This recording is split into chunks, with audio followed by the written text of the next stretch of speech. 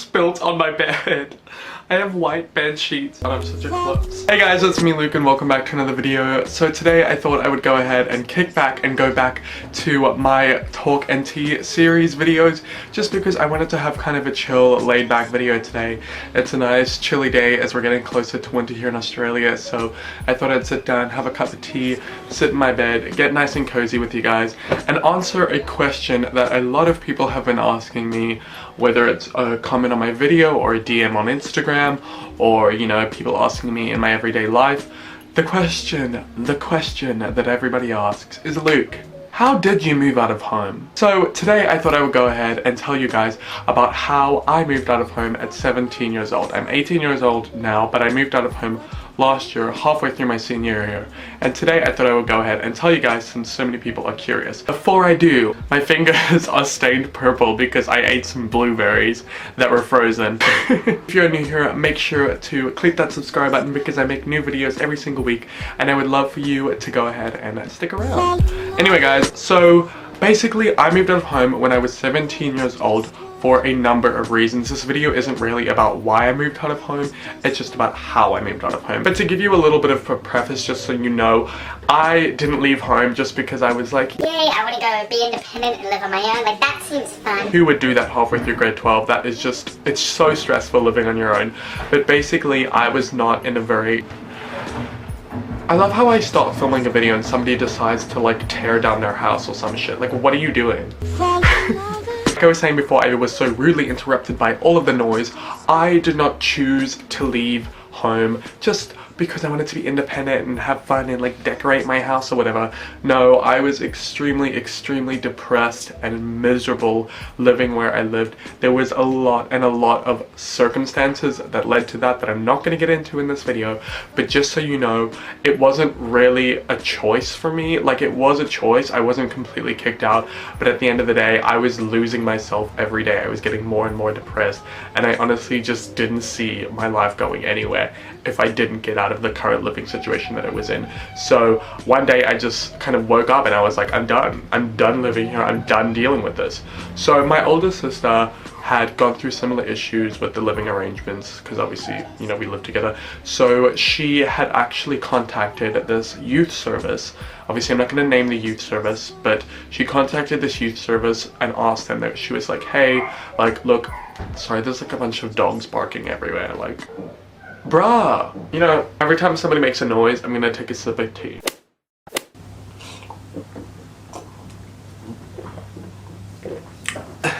So basically my sister went for a gap year when she graduated high school, and then she came back and she lived with us for a bit, and the situation was not great. She just couldn't handle it. So she found this youth service, she contacted them, she had her interview, blah blah blah. She went and stayed with them. So I had already known about this youth service in advance because of my sister. But with this youth service, you can only go with them once you turn 16 years old. So I kind of wanted to go there, but then I was kind of like, you know what, no, I gotta stay with my brothers and all that type of stuff because my little brothers mean so much to me and I didn't want to leave them behind because I wasn't sure what it would be like if I left home, like if my parent wouldn't want to speak to me anymore and all that type of stuff. So I was extremely anxious about the entire situation. And in the beginning of 2017, when I was in grade 12, my sisters both moved back to South Africa, so I just got even more depressed. I was so lonely and I was like, you know what, this is it, this is the perfect time for me to leave as well. So I went to this youth service all behind my mom's back and I spoke to them and I told them my entire situation, explained it all, and they were like, okay, look, we have a, you know, spot available for you. I got a phone call from them saying that I could go. And I was really happy but really scared because, you know, it's like a massive deal moving out. So this was back in January and I was going to go and then I got manipulated into staying back. I'm not going to get into how for personal reasons, but yeah, so I didn't actually end up leaving home until June. At that point, between January and June, was one of the worst couple months of my life. I was so depressed, so miserable, completely losing myself. People who are close to me can attest to this. So in June I contacted this youth service again and they were like, okay, another person moved out and we have another position available, but we can't hold it for long, so you really need to make your decision. And I made the decision and I was like, you know what, I'm done being depressed, I'm done being miserable, like I'm done with this life. So I packed up all my stuff and I told my mom I was leaving. I moved out. You're probably wondering, now how did that all work? Like, how did the money work? All that type of stuff. So basically, in Australia, there is this really great government funded thing called Centrelink. Now, I'm not sure if your country has this, whatever country you're in, but basically the way it works, the mindset of it is like the rich give to the poor. So basically, every single person in Australia will, like most countries, pays tax, right? And a certain amount of that tax goes towards Centrelink. And this money gets given to people like low-income families, people who don't have jobs, pregnant women who can't work, people who have been injured and can't work, or people like me, young people who've had to leave home. So I went to Centrelink, and it was such an involved process. If you're in Australia and wanted to do this process, definitely do it, but keep in mind that it is very involved and it will take a lot out of you, but like at the end of the day, it'll be worth it. So I went to Centrelink a couple weeks before I ended up moving, like a week or two, and I went to them and explained the situation, and they were like, okay, you can fill out all these forms, blah blah blah. And then a family psychologist had to contact me, contact somebody at my school, I think, and then contact my mom and all this type of stuff, to assess whether it was not safe for me to live at home. Eventually it ended up getting approved, and I got what was called an away from home youth allowance. So basically you get given a certain amount of money every single fortnight. Now, because I was living there with a youth service, they were really great because they put me into a share house with 2 other teenagers who were not so great, might I add. I can do story times about that if you want, because the stuff that went on there was crazy and somebody could honestly make a movie out of that. So I lived in this share house for a while, and it was really great because the youth service worked out your rent based on how much you got from Centrelink and based on how much you earned at your job, so they weren't overcharging. So I had enough money to be able to pay for my rent because of what I got from Centrelink and my food and all that type of stuff. And then I also worked, not much, but I did work on the side of it because I did still want to focus on school. So I had that money for, like, you know, school excursions and like school jackets. My school was absolutely amazing throughout this entire thing. They waived my school fees for me, they paid for my formal ticket, they were absolutely amazing, and I'll forever be grateful to them, especially my guidance counselor at that school, because she literally helped me get my life in order. Because when I left home, I had to do absolutely everything on my own. I had to, you know, sort out all my doctor's appointments, and you know, like I said, if you watch my previous life update, I have all these health problems that are quite serious, and I have to go to doctors a lot, and I have to now sort all of this out myself. So she helped me with that. She helped me get my driver's license, she helped me get my citizenship, she helped me with so much. So honestly, do not be afraid to seek help if you really need to leave home. You know, go to your guidance officers, go to your teacher. I had an amazing teacher in my school that I also used to speak to a lot. You just should not be afraid to seek help. Even if you don't want to tell your friends or the people around you, that's fine, but just seek adult help because they're there to help you. And honestly, I don't think I would have been able to survive if it wasn't for my guidance counselor and my teacher. So definitely seek help. And then this youth service that I was with was also amazing, and you got appointed a youth worker who, you know, saw you every week and helped you through life. So I had so much support. So I did not leave home and just go straight off into my own place and like through a private rental. Like I went with a youth service and then got all this support. And then once I graduated high school, so I'd lived in this share house for 6 months, I moved into one of the units. Bro, I'm trying to film a video, shush. I need a cup of tea anyway.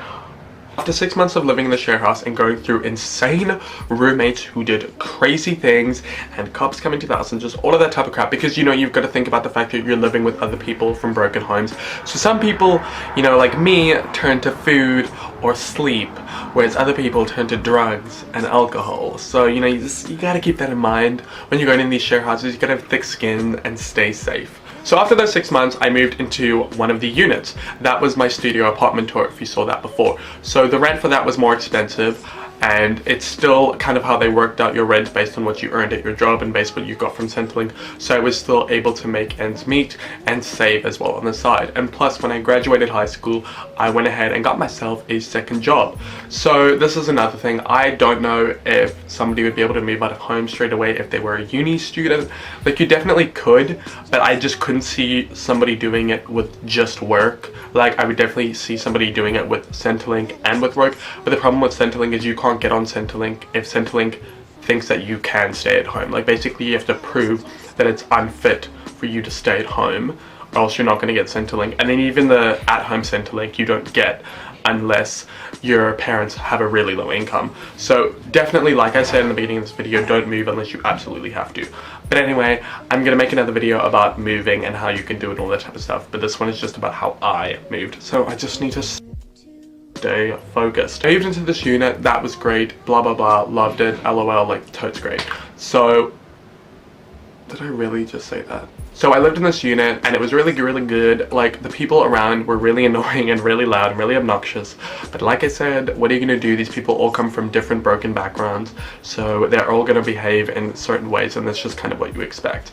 And then when my sister came back into the country and we found a place together, which is where we are now, update video is down below if you want to check that out so you can be filled in on all of that. This is actually a private rental, so we had to go to a bunch of houses and put in a bunch of applications and do everything privately. So now we're living in a private rental. It's market rent. The rent is not cheap, but like I said, I'm still on Centrelink. However, my Centrelink has decreased a lot because the more you earn at your job, the more your Centrelink decreases, which is a good thing because they're trying to get you, on your feet and stuff like that. So I still have my 2 jobs and I still have a little bit of Centrelink, so I'm able to, pay for my rent, my electricity, my water, my phone bill, the gas bill, my food, my health. There's just a lot that goes into it. Yeah, that is basically how I moved out of home. I think the way I did it was really beneficial for me because, I started off with such an immense amount of support, and then I just kind of slowly, worked my way to complete independence. And now I'm completely independent. I do absolutely everything on my own, and it was like a slow progression, and I think that is the absolute perfect way to do it. Being in a share house and being in a unit with like a youth worker and getting all of the support was so beneficial for me. When I did first move, it was really difficult because it was a massive change in my life. You go so used to living with your family and you then start living by yourself, and I was so lonely a lot of the time, and I was depressed. Like, I would just stay in my bed all day, I wouldn't leave my room. But at the end of the day, it was the best decision I've ever made in my life, and I wish I'd made it sooner. And everything that has happened from that point onwards was because I took a risk and a leap of faith, and I made the decision for myself. And I honestly don't know where I would be if I didn't, because I was just going down a really dark path.